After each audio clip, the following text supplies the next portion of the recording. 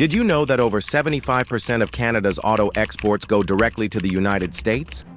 This deep interdependence makes any trade shift between the two countries incredibly impactful for both economies. So it comes with no doubt that Canada's plans to impose high tariffs on Tesla have reignited many tensions in the electric vehicle industry. While the move may seem like an attempt to penalize a single brand, there are big political and economic calculations underlying it. At the same time, when it crosses with Donald Trump's tariffs in the United States, it creates the possibility of a new trade war in North America. So why does Canada want to target Tesla specifically? What are the ramifications for ties with the United States, the transition to electric vehicles, and global climate goals? In this episode, we'll talk about Canada's action on Tesla, the NDP's proposal for a $10,000 discount on made-in-Canada electric vehicles, the Trump administration's tariff expansion plan, and the consequences of all of this for energy commerce and geopolitics. Please remember to subscribe to our channel, enable alerts, and leave a like to remain up to date on our material. If you are ready, let us get started. Before answering all of these issues, it's important to step back and consider the political atmosphere in Canada. Jagmeet Singh, the head of the New Democratic Party, which is not in power in the country, but has the ability to make major movements on occasion due to its parliamentary authority, has proposed placing a 100% tariff on Tesla and double it for electric automobiles built in Canada. We want Canada to be the world's best destination to develop electric automobiles. At the same time, he wants the government to provide a $10,000 subsidy for Canadian-made electric automobiles. On the surface, these demands appear to be a combination of protectionism and environmentalism.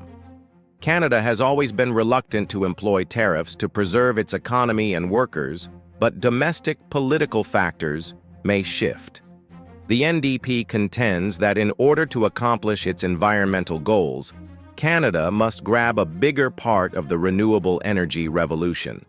However, firms such as Tesla in the United States are using tariff advantages and economies of scale to eliminate Canadian rivals. The NDP attempts to persuade people by combining carbon emission reduction programs with economic nationalism rhetoric. In other words, it states that we should bring in clean cars to preserve the globe while also protecting Canadian jobs and farmers. In contrast, Tesla is a global leader in the electric car business. The corporation has large plants in California, Nevada, and Texas, the United States. It also runs a massive gigafactory in China. It currently does not have a large-scale production plant in Canada.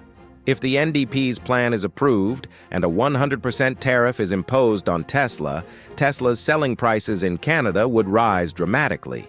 This would make Tesla less appealing to customers. Of course, Tesla might pursue a number of other strategies. First, it might establish a new facility in Canada to produce domestically while avoiding tariffs. Second, it might influence the Canadian government to prevent the law from being passed. Third, the U.S. administration may intervene and try to persuade Canada to back off. However, none of these processes are easy. Imposing a 100% tax on a U.S. corporation like Tesla may be interpreted as Canada's Trump hand against U.S. trade aggressiveness. In other words, the NDP is stating that if you impose taxes on Canadian automobiles or other items, we will reply with high levies on American companies. Tesla and other corporations would not be the only losers in such a confrontation.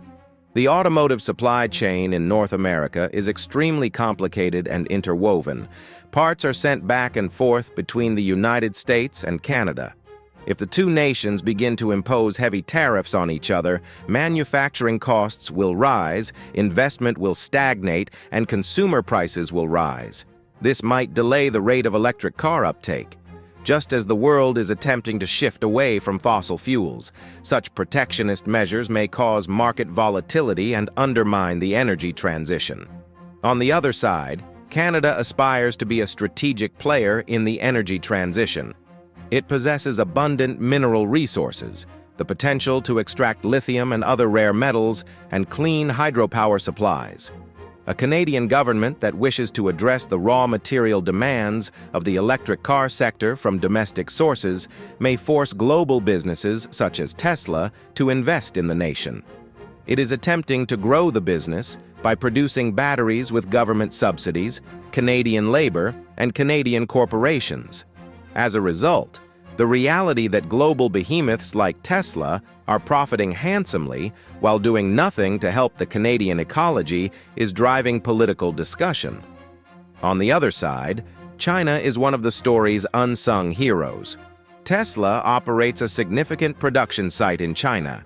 As trade tensions between the United States and China remain high, Tesla's importation of Chinese-made parts into the North American market may irritate Canada. The NDP is opposed to Tesla making use of China's hidden subsidies, claiming that many parts of these vehicles originate in China even if they are manufactured in the United States. This is where Trump's promise to put harsh tariffs on Chinese imports comes into play. In other words, while Canada is calling Tesla to task, Trump may levy more tariffs on Chinese components used by Tesla, placing Tesla in a different situation. From another perspective, the situation is more complicated. Canadians embrace green initiatives, but they also want inexpensive electric automobiles. If a 100% tariff raises the pricing of brands like Tesla to ridiculous heights, public enthusiasm for EV conversion may decrease. This would be harmful to climate objectives. Of course, once the government's $10,000 incentive package comes in, Canadian autos may become more inexpensive. Is there an oversupply of Canadian electric vehicles on the market? They are manufactured in Canada by companies such as General Motors, Ford, and Stellantis, all of which are located in the United States. Volkswagen has also revealed intentions to establish a battery facility in Ontario. If this new investment is finished and manufacturing begins, local models may be appealing with incentives. However, this will take years to achieve. In the near run, Canadian buyers may be stuck with pricey Tesla or domestic vehicles and limited alternatives. Meanwhile, if Trump's tariffs go into effect, U.S. car and component costs may rise, the supply chain would be disrupted, and the automotive ecosystem between the U.S., Canada, and Mexico will be severely affected. Even Volkswagen, Toyota, and Honda would be at risk. Overall, protectionism would rise, global trade volume would fall, and many nations would adopt punitive actions. There may be a global slowdown in electric cars and sustainable energy investments. This might assist competitors such as China. To summarize, Canada's 100% tax proposal for Tesla is more than just a protectionist instinct. In internal politics, the NDP's withdrawal sends a clear message to voters. We support green transformation and will defend Indigenous manufacturers against international giants. In practice, the implications of this approach may be rather conflicting. Both Canada's economy and regional cooperation may suffer. Since Trump became president of the United States, a full-fledged trade war in North America has broken out. Electric car prices may grow while demand falls. More harm than good would befall the public. Despite this, from a political standpoint, the NDP and comparable parties are able to mobilize people through such outbursts. In contrast, the Trudeau administration has yet to establish its policy. The Liberal Party may not want to raise tensions with the United States. However, domestic public demand to shield us from U.S. companies is increasing. The shadow of Trump's tariffs is causing neighbors like Canada and Mexico to tighten their guard against the United States. In the future, there may be diplomatic concessions, such as Tesla constructing a production site in Canada or tariff reductions.